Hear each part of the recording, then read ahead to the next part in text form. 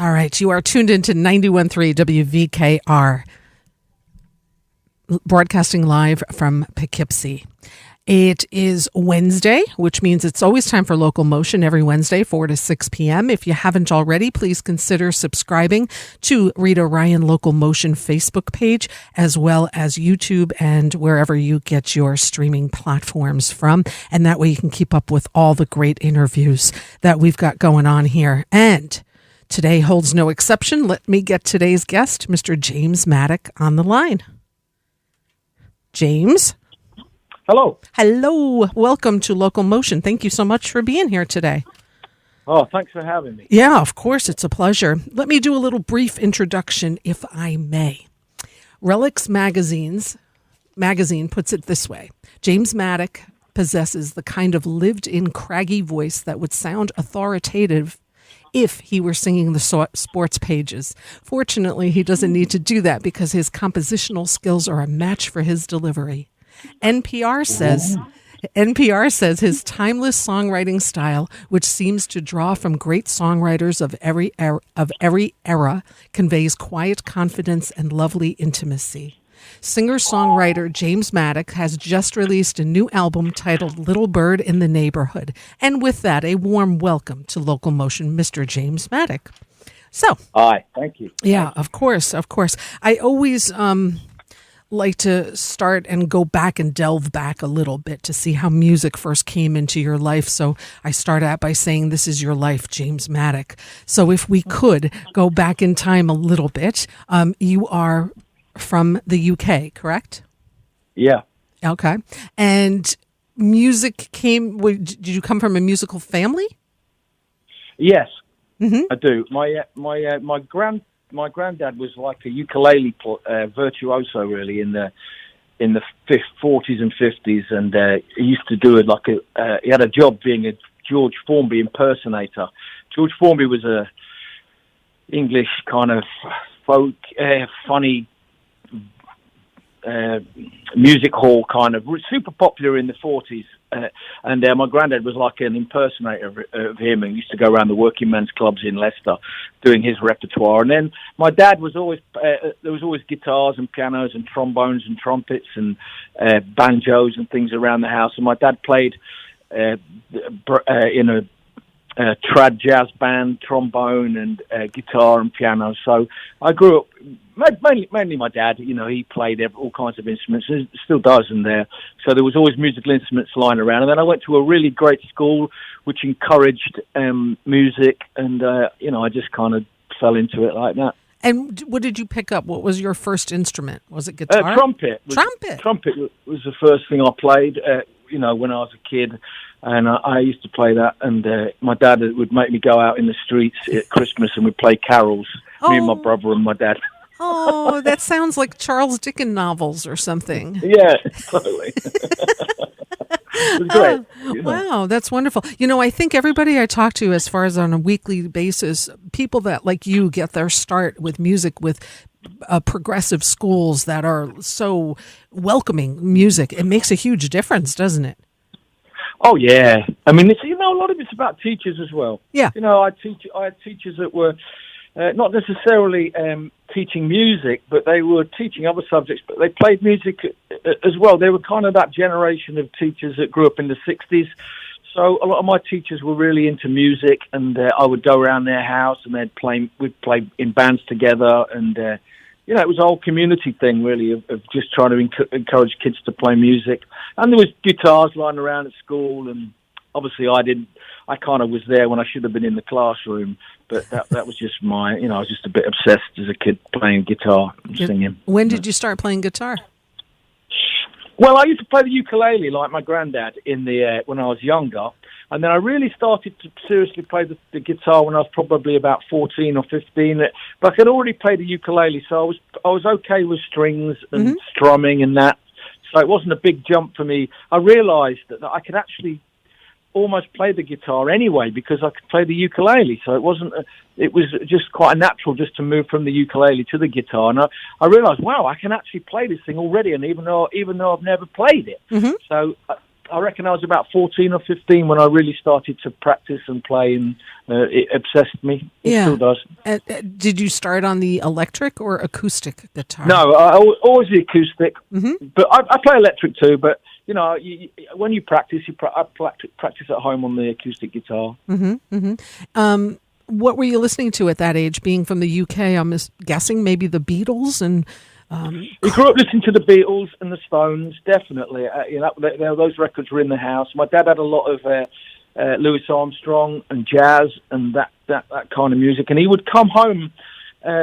He was early into music, and he would go into this music shop in Leicester, and he would come home every week with a new record recommended to him by the guy who worked in the shop. And he'd just turn up one night with like a J.J. Cale album or a Kate and Anna McGarrigle album or a John Martin album. And so whatever he would bring home, I would listen to. And luckily the guy that was advising him really knew music. And through that guy, really, my dad brought home some super cool albums. And then I started to play. Then I started to take guitar lessons, and my guitar teacher would hit me to, Neil Young and Ry Cooder and... Bob Dylan and these kind of artists, kind of American singer-songwriter types. I love the Eagles as well as a kid. Big. I love Desperado, that album. That was a big influence for me. Yeah. And the way acoustic music. I heard an interview that you did where you admitted, and rightfully so, that you liked Neil Sedaka.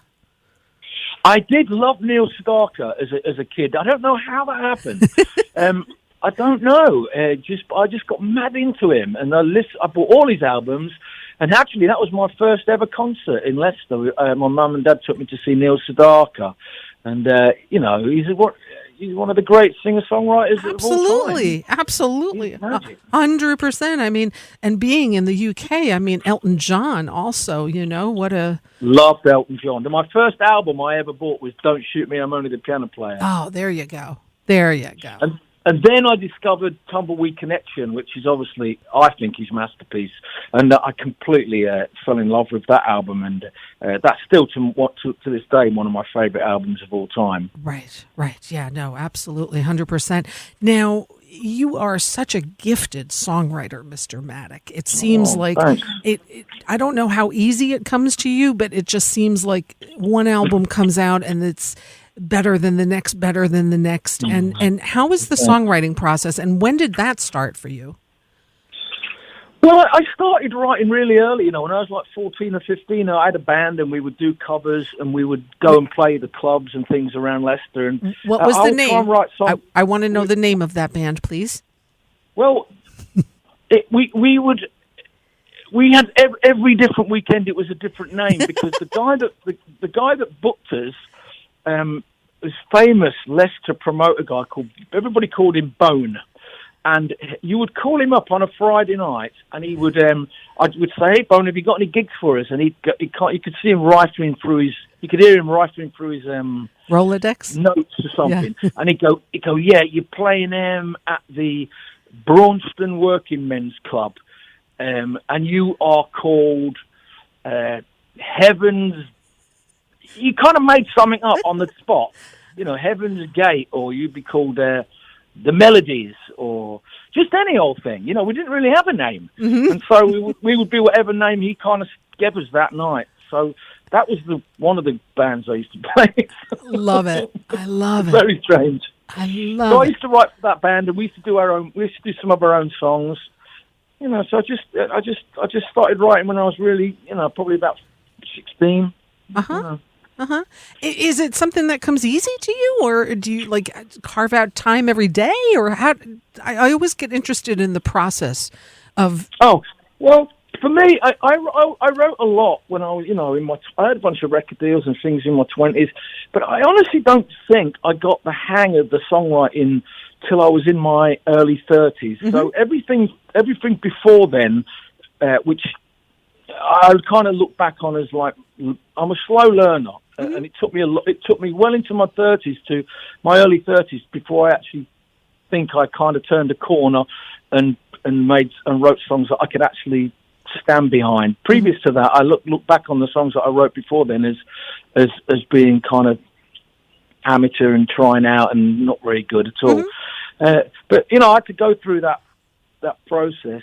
Yeah. I just sit around and I play the guitar and I sing and I try and come up with melodies, subconsciously, and just see if anything sticks. And I think the songwriting for me it's a question of elimination and process. You just keep going until you find something you like, and whatever that might be, that might come in 5 minutes and it might come in 5 hours. And it's a question of self-editing. You have to decide what it is that you're doing that you like versus what you don't like. And that's how I do it. I just spend hours just playing the guitar and trying to sing, and hopefully a phrase will come to me, a melodic phrase or even a lyric phrase, or hopefully sometimes at the same time a title, a vibe that I'm going for. Maybe I'm trying to write a reggae song or a breezy pop song, or I'm trying to write some kind of a Creedence type song, or a folky, like Under Milky Wood type song. So I look for a feeling, and then I try to expand on that, and I plow that furrow until I come up with something that I'm happy with. And sometimes, I'm in the middle of writing right now. I've got like another 5 or 6 songs which I've written over the last week, which is over the last week. Yeah. I've been real productive this week. Real productive. So I'm kind of on a bit of a roll now. So I'm just going at it. Good for you! Wow. Now, what is that going to be? Another CD? Yeah. Wow. I'm going to try and make the Neighborhood album is quite dark and quite COVID. It's not. It's quite a dark album in some regards, and I'm going to go the other way on this next record. I'm going to make it more rocky and band and upbeat and happy. Well, it's good. You got to switch it up a little bit, right? Now, your first album came out in 1982. Was it Tide Weight? Am I correct? Yeah, I did a kind of self-made album when I was like 18. I got some money. I went to the studio with my friends and made a record.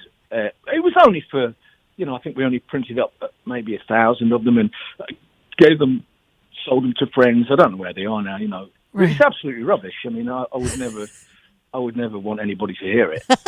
It's terrible. But hey, you got to start somewhere, and I mean, at least you had the wherewithal to get into a studio and do this. And then you also had another band. I love this name, Fire Next Time.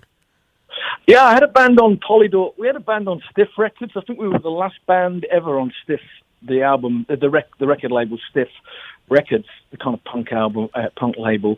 And it got a bit messy. We made an album on Stiff, and then then we got signed by Polydor, but Stiff wouldn't let us go. I had to come up with some money and buy us out of that contract. We did an album on Polydor, and then that was called North to South, and that never came out either. I think that maybe it did a little bit, but we got dropped. As soon as that record came out, the record company decided they didn't want to work with us anymore, so we got dropped by them. So it's been a roller coaster ride of being signed and being dropped, and then being signed, being dropped. All the stuff that we would go through as an artist in the 80s and 90s. Yeah, absolutely. Tell me when you came to the United States. What year was that? About 20 years ago. About the year 2000, just after 2000 and 2021, something like that. I had a record deal on Columbia Records. We signed a great record deal with the great Columbia Records, which was a beautiful moment for me in doing that. And then we put out the Wood album, which we toured on, and we had a bit of success, in AAA, but, we didn't have a massive hit. So we got dropped by them. And then I was living in New York at that time, no money and didn't know anybody. And just kind of, I'd come over here, but it was a very difficult time. I didn't have any money, didn't know anybody. And just kind of made it happen, You found your way. You found your way. Yeah. But you did have with Wood, didn't you have like a hit, Stay You on Dawson's Creek? Wasn't that on the TV show? Yeah, it was. Yeah. I mean, it was on the album, and we had a bit of success with that. I think it got in the top 10 in AAA charts, but you need to cross over into the pop charts, right? Which we never did. Mm-hmm. And and Columbia Records it's an enterprise set up to sell millions and millions of records. It's not designed to sell. I don't even know how many albums we sold, but definitely. Mm-hmm. In the thousands rather than the hundreds of thousands, maybe 10, 20,000 records. I really don't know. But, they're designed to sell millions of records. And if you don't sell millions of records, they just drop you and they move on. At least this was the model back then. They move on to the John Mayers of this world that sell millions of records. And you're yesterday's news. That's how it goes. Right. Well, you've since made your way in New York and now know everyone, or most everyone, and you've got a great clique of friends that you have. You also came up with an amazing album in 2009, Sunrise on Avenue C, and that won the New York Music Award for Best Americana Album. So that's a pretty nice thing to wake up to, and so that was great. It's a good record. That was the second record. That should have been the next Wood album, really. But I hadn't written those songs at that time. So, and Columbia, they don't give you much time. If you get a year or two to write your next album, and I did write another album, but it just was no good at all. So it took me a while to get my next batch of songs together, which was around about 2008, 2009. I wrote those songs, and then after that, I just kept going. It's been since like 2010. I've just been extremely productive. I wish I'd done this, in my 20s and 30s, but that's just not how it was for me. I've just found my way over the last 10 or 15 years being productive as a writer. Better late than never. And then also, it's true. Some people never come into their stride. So truly better late than never. Also, one of my favorite songs, and I guess many of your fans would say Another Life, which was an album, came out in 2013.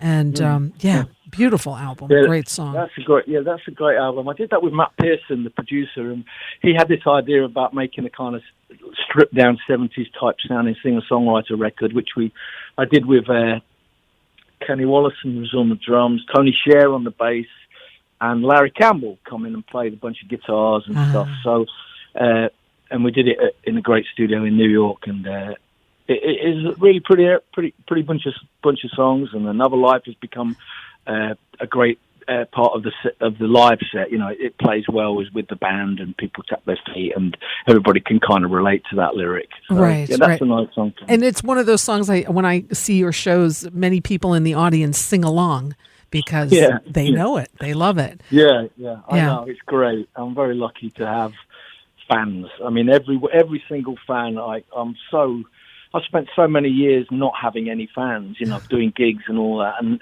I think it's the hardest thing in the music business is to have fans. Mm-hmm. It sounds simple, but to have anybody that gives a damn about your material, your songs, and your music, it's extremely hard to get anybody to care about what you're doing. So I'm always amazed when I look out and people have actually come to the gigs and paid money and want to come and see me play. It's huge, very satisfying, and I'm don't take any of them for granted at all. They mean a lot to me. Yeah. It's one of my finest, one of my greatest achievements in my mind is to actually have people that care about what I do. Yeah. Yeah. And people drive for hours. I know when I've seen you, I hear people, I just drove an hour and a half or 2 hours to come up and they. I did a gig on Saturday and this woman drove 3.5, 4 hours from Washington or something to come to the show. Wow. So that's massive, and I'm really wow. That's it touches me. How can it not? It's beautiful. You've also performed with Bruce Springsteen. How did that happen? Oh, well, it's not really what it happened at the light of day. I think it's happened a couple of times. Uh-huh. I do this charity thing for Parkinson's in Asbury, and he plays there, and either once or twice, I can't remember how many times it happened. I'm backstage and I'm with Willie Nile, and Willie's big friends with Bruce. And then, Bruce is on stage singing, I don't know, whatever he's singing. And then he said something on the microphone. I wasn't listening. I was talking to someone. And then Willie grabbed me and says, "Come on, we're on." And then he dragged me onto the stage. And I think it was because of the night or something. And Bruce had obviously said, "I think I'm going to get some friends to come up and sing." And Willie grabbed me in. And so I kind of ran on stage. And then I saw this microphone in front of me. And I stood next to Bruce. And he looked over to me. And in his eyes, he's like, "Who the hell is this guy?" But that's not quite the full story, because the full story is that he uses my music as some of his walk-in music, right? Like really. He makes a tape and he plays that before his shows, and he used a couple of my songs in this, for his walk-in music. So I wrote to him. This is going back a few years, going back maybe 10 years or something. I wrote to him and said, "Hey, Bruce, I hear you're using some of my songs in your walk-in tape. I just want to say I'm very honoured, and that's really great. Thank you very much." And then he wrote me an email back. He said, saying, "Come and see me if you're ever in New York. Come backstage and say hello." So I went backstage after a gig of his and was in the dressing room with him for like 5 minutes, 10 minutes talking. And that was an amazing experience, of course. And then fast forward a few years when I'm doing the Light of Day, I don't think he put the two events together. I don't think he knows who I am. Uh-huh. And I'm not going to claim me and Bruce are like friends or anything like that. Right. But he definitely knew who I was at one point, and then I reckon that he didn't put those things together. So whenever I've seen him at the Light of Day, and on a few of those events, I don't really talk to him. I just leave him alone. I'm not really going to bother the guy, But right. So anyway, he does love the Wood album. That was what I was getting at. Well, that's really cool. That's really cool. How did you know he was using your music? Were you at a show, or were people telling you that he was using your music? So I'm walking around London, and my phone goes off, and I get like 20, 30 messages on my phone at the same time, telling me all kinds of stories, saying, "Oh, Bruce Springsteen's making an album of all your songs. Bruce Springsteen's singing your songs in his live show," and all these crazy messages from all these different people about Bruce Springsteen. And I'm like, what the hell is going on? What's all this? And apparently there'd been some announcement on the radio that on a radio show that Bruce has been using my songs as a kind of unknown English songwriter in his shows. It made a kind of a big deal. It made a big splash in the UK for a minute, Right. And people had heard that on the radio. So that's when I found out about it. Somebody had mentioned it on the radio that Bruce is using this unknown guy. I reckon the label might have kind of put somebody up to it. I'm not sure, maybe told the radio station. So that's how I heard about it. I didn't. And then it turned out to be true. Yeah. Wow. That's pretty incredible. Wow. Great story. Thanks for sharing that. You have, how many albums do you have out now? You must 8, 9, 10 solo works of yours. Yeah. Yeah. I don't know. Yeah. I don't know off the top of my head. Yeah. There's something like that. Yeah, there's definitely a lot. No Time to Cry was your previous one. Really enjoyed that one as well. Now, what I want to do is get to your current album, Little Bird in the Neighborhood. This was just released, right? Like 2 weeks ago. Last week. Last week. I'm old school. I love CDs. Love the artwork. This is beautiful artwork. Oh, thank you. It's this woman I know in Scotland called Jill Layton. She does all this funky, amazing kind of detailed art. And then she said to me, she's a singer-songwriter as well, but she also does this art, this freaky kind of graphic art. And she said she'd like to take a shot at doing the album cover. So I was like, okay, have a go. I never done a record cover like this. I always do a photograph of me or something like that. And she come up with this kind of pastoral kind of... I wanted it to be something like an English summer's morning type thing, like a pastoral English scene. And she did it in her way with a kind of like an old church tower and some birds flying around and flowers and everything. And she did a brilliant job. And it's unusual for me to have that cover, but Some people like it, and I think I like it too. I think it's really, really good. I think it's really good, and I love that it's different from other things you've put out. I mean, it's really nicely done. So bravo to Jill. That's a really nice job. Jill, she's brilliant. Yeah, she's brilliant. Now you have on this album, you have 10 tracks out on it, and you have some amazing musicians on here too. Tell me where this was recorded. It was recorded at where I do all my albums, really, until this studio closed. This place, my drummer friend, Aaron Comes, he has a studio with this guy called Roman Clune in Bushwick, and I did almost all my recordings there, and he's since moved to Beacon, so that studio is gone. But so, it's me. I play pretty much all the guitars and all the string stuff on it. Aaron, who is the Spin Doctors drummer as well, he's played on pretty much all my albums, and he's in my band, of course, and so he's drumming. Ben Rubin plays the upright bass. I didn't want the electric kind of regular bass on this, and Drew Mortale, my friend who usually plays, he doesn't play the upright bass. So Ben Rubin played the bass, and then Brian Mitchell, of course, he plays accordion and piano from the Waite and the Levon Helm band. Ben Stivers, incredible piano player from around here. And then the flute, the amazing flute, was by Craig Dreyer, who is just absolutely, he really knocked it out the park with that flute playing on Under Milky Wood. And then David Immergluck from the Counting Crows, he come in and played a little bit of mandolin. And I think that's about it, really. I think Scott Sherrard was on one track too, right? Oh, Scott Sherrard, of course. Yes, sorry, the great Scott Sherrard come and played some. He played some slide guitar on Prairie Grave. So it was my mates coming in and doing a bit. Doing it. Now, we've all been through a year and a half of literal hell with this pandemic. It seems to have hit the arts the worst as far as gigs and, theaters and just everything with music. And it was so nice last summer when you and Brian Mitchell were outside at the Falcon, which was one of the only venues that was playing music at that time.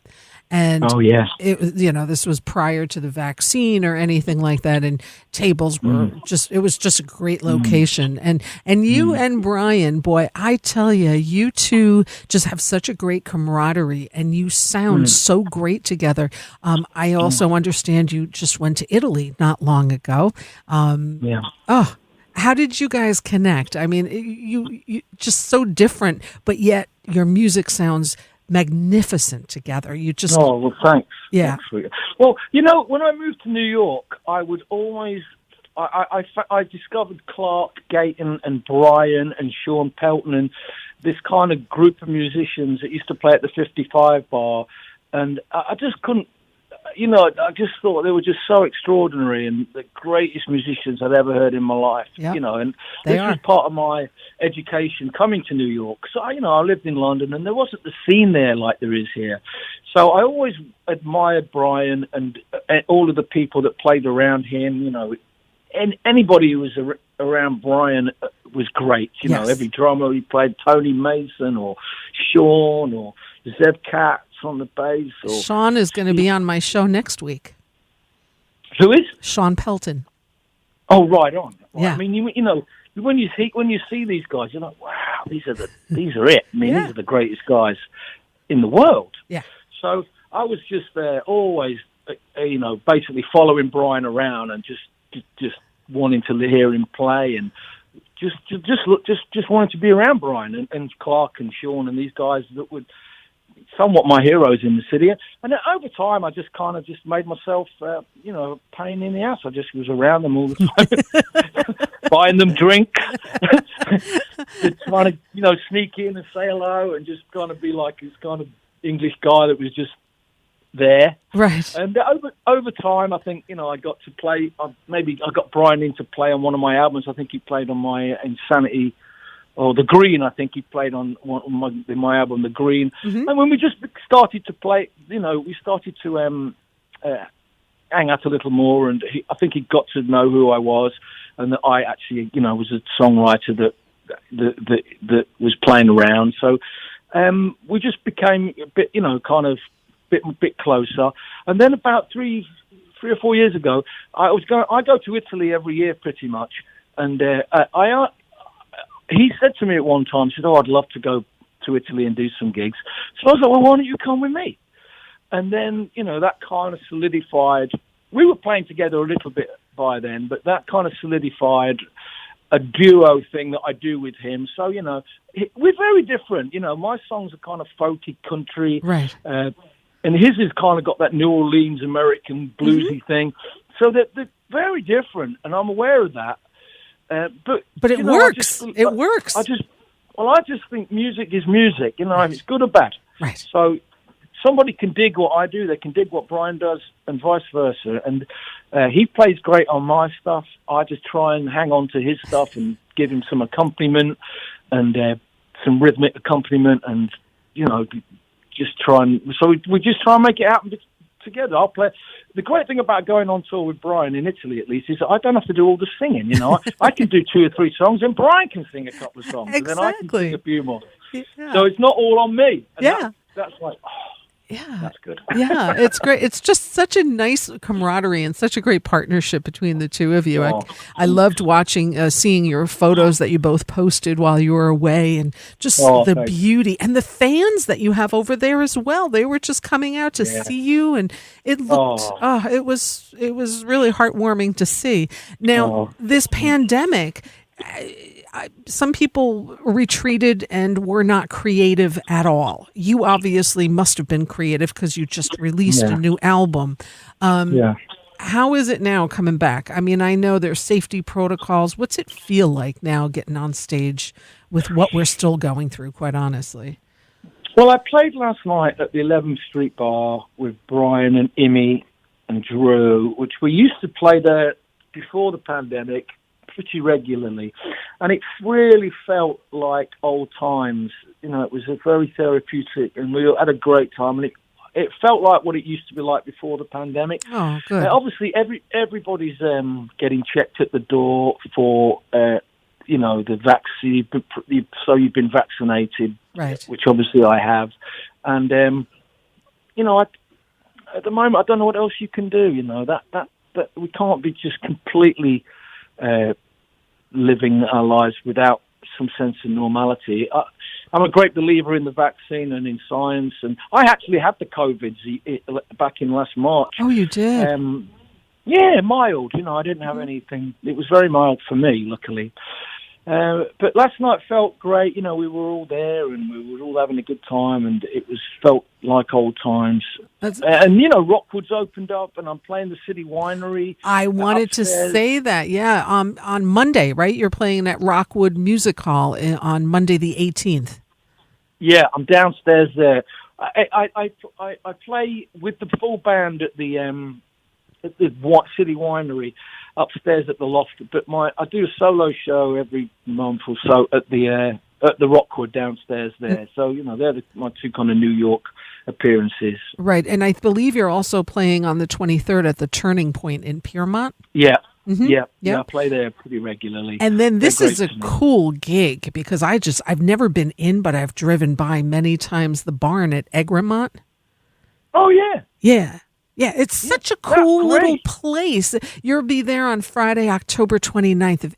Talk about a perfect time to be in the Berkshires is when the foliage is what it is, and, get to see you at night. So you definitely have some shows coming up. I would direct people to go to your website, jamesmaddock.net, and, of course, all over social media as well. Now, just one more thing about this new album, that Little Bird in the Neighborhood. When you say it's dark, tell me about some of the songs and how you came up with them and why you think it's dark and why is it dark? It's not all dark, but I think I was going for a kind of I started off with this kind of Nick Drake idea where I was going to try and make it just kind of acoustic guitar and voice in the center and not much instrumentation, like a real minimalism to it. And I wrote a few songs like that, but then, and there's definitely... there's a song called Coming Sorrow. There's, Under Milky Wood. There's This New Thing's Getting Old. There's No Dancing. there's another song. There's quite a few which are just pretty much just me and the guitar, and I wanted to do that. I just wanted to do something that wasn't what I'd done in the past, and see how it came out. Then I wrote the Ashby Delazouche song with the violin, and I got Steve Wickham from the Waterboys to play the violin. And I mean, whatever you try to do when you make music, it often takes on its own life of its own. So I did that. Then the Little Bird in the Neighborhood song, that's kind of a pop song. Well, that's the one I'm going to play next, and that's the title track. And I was going to ask you about that, the name. I mean, yeah. I don't know. I just thought it was a good title for a song. I thought it was, sometimes if you have as a songwriter, if you can start off with a title, you've got the song kind of already written. Like I think of songs that I've written, like If I Had a Son, people love that song, and it's the song's all in the title. If I Had a Son, that tells you the whole story. Yeah. And Little Bird in the Neighborhood was just like, oh, that's actually a really good phrase. And I thought I'd just write a song around that idea that you're in a coffee booth or you're somewhere and you hear somebody talking about you, and they don't know that you're there, and you hear them mentioning something about your girlfriend or something that you didn't know was happening. And I just thought that was pretty cool. And they say, oh, where did you hear that? And you just say, oh, Little Bird in the Neighborhood. I don't know. Do you know that expression? I mean, that's, right. I assume. Right. It's just like hearing a rumor, oh, yeah. Where did you hear that? Well, Little Bird in the Neighborhood told me. And I thought, and I just thought it's a good title for a song. It is a good title for a song. Tell me about Cry Jesus. So I watch a bunch of those stupid ghost shows on the television, like Ghost Adventures, which I don't believe in any of that, but I find them really comedic, and they're very, they make me laugh, and to watch people terrified in these situations is some kind of voyeuristic fun thing I like. So it's not to be taken too, and it's like this idea that if you see something and you're scared, you go, Jesus Christ. Yeah. And you say those words, Jesus. Oh no, we use that word as a kind of exclamation. So it's just it's a fun.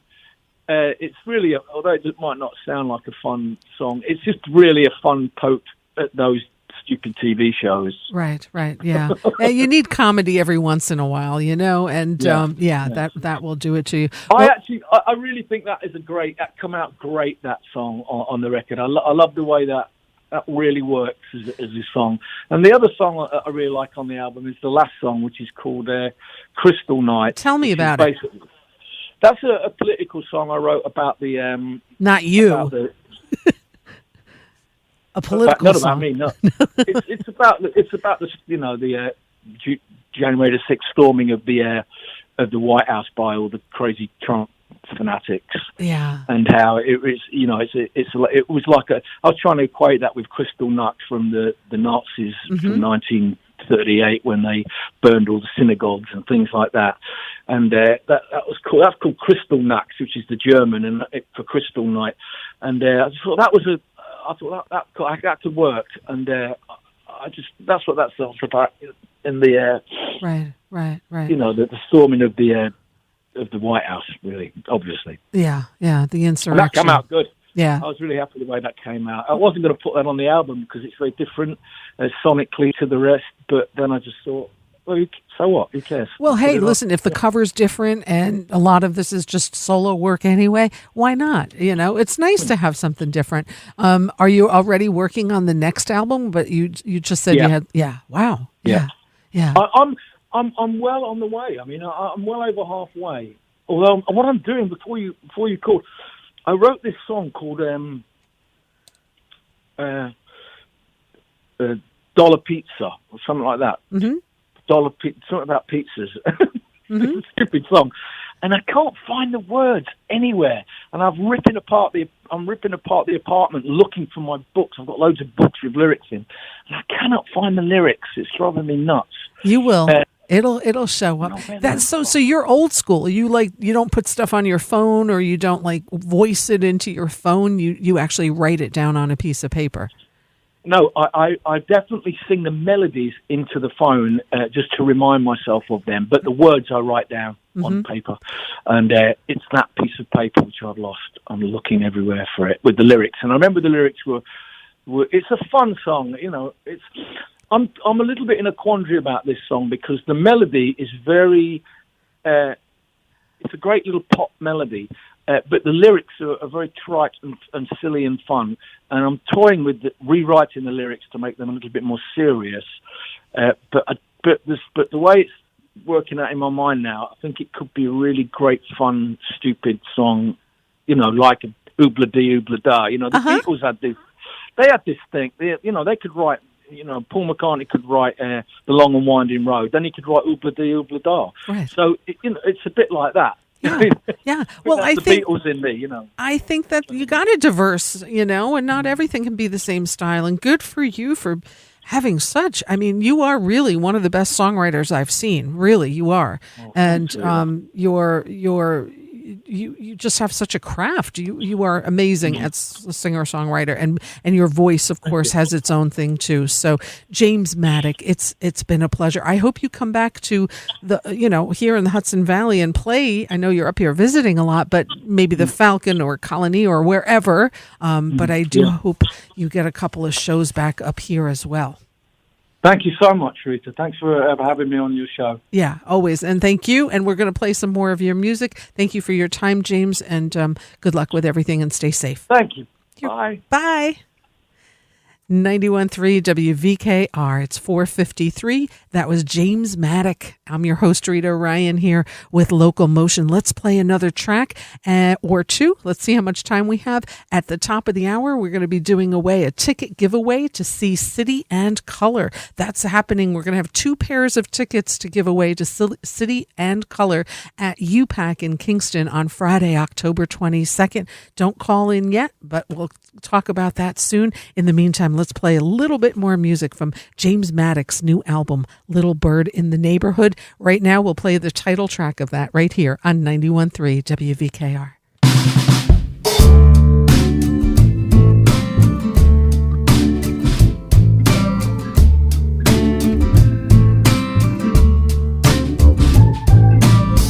I was sitting in a cafe called the Village Groove.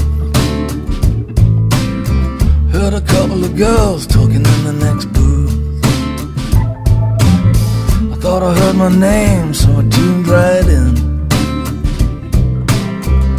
My blood ran cold beneath my crawling skin. Cut me like a knife. Need a bit of luck in life. Little bird in the neighborhood, little singing and the word ain't good. Oh, little bird in the neighborhood, little bird in the neighborhood, where the news and the news ain't good. Oh, little bird in the neighborhood, little bird in the neighborhood.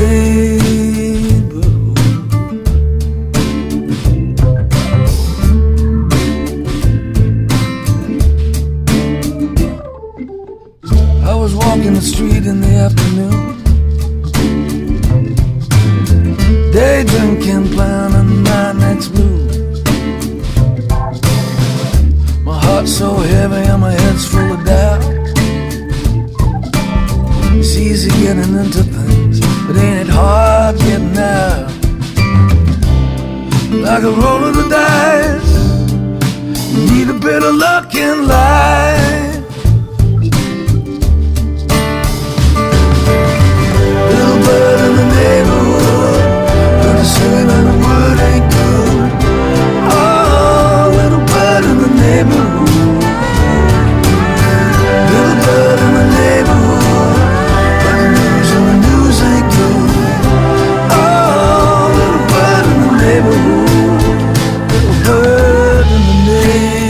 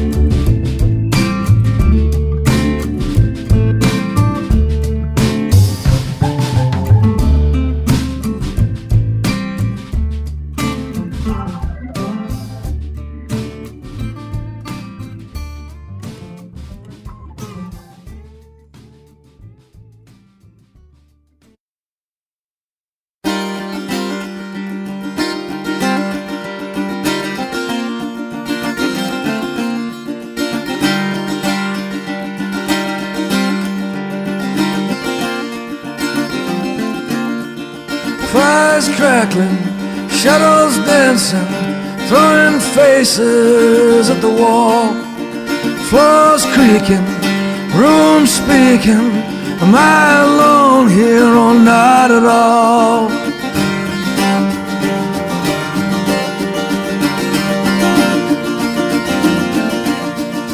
Doors slamming, doors jamming, then the room turns cold as ice. Sensations, no explanations, an ungodly paradise. When the eyes of the painted lady follow you about, you see the candle burning in the window of a haunted house. What do you cry? You cry, Jesus.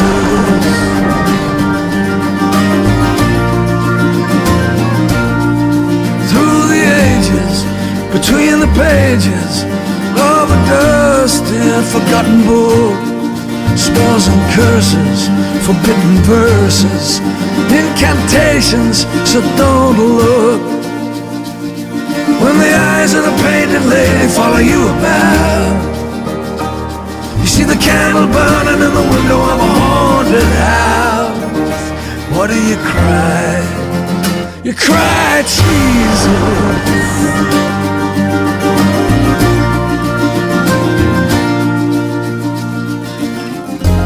So you've always got a friend in Jesus. I want a friend in Muhammad too. I want a friend in Marcus Garvey, John Wesley, Pope Francis, Martin Luther King, Hare Krishna, Bob Dylan. I'll take anyone and anything, but I cry Jesus.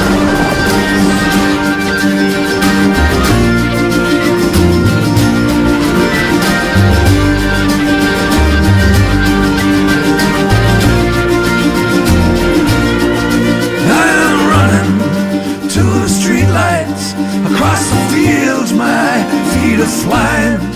I jump rocks and I jump ditches, I jump rivers deep and wide.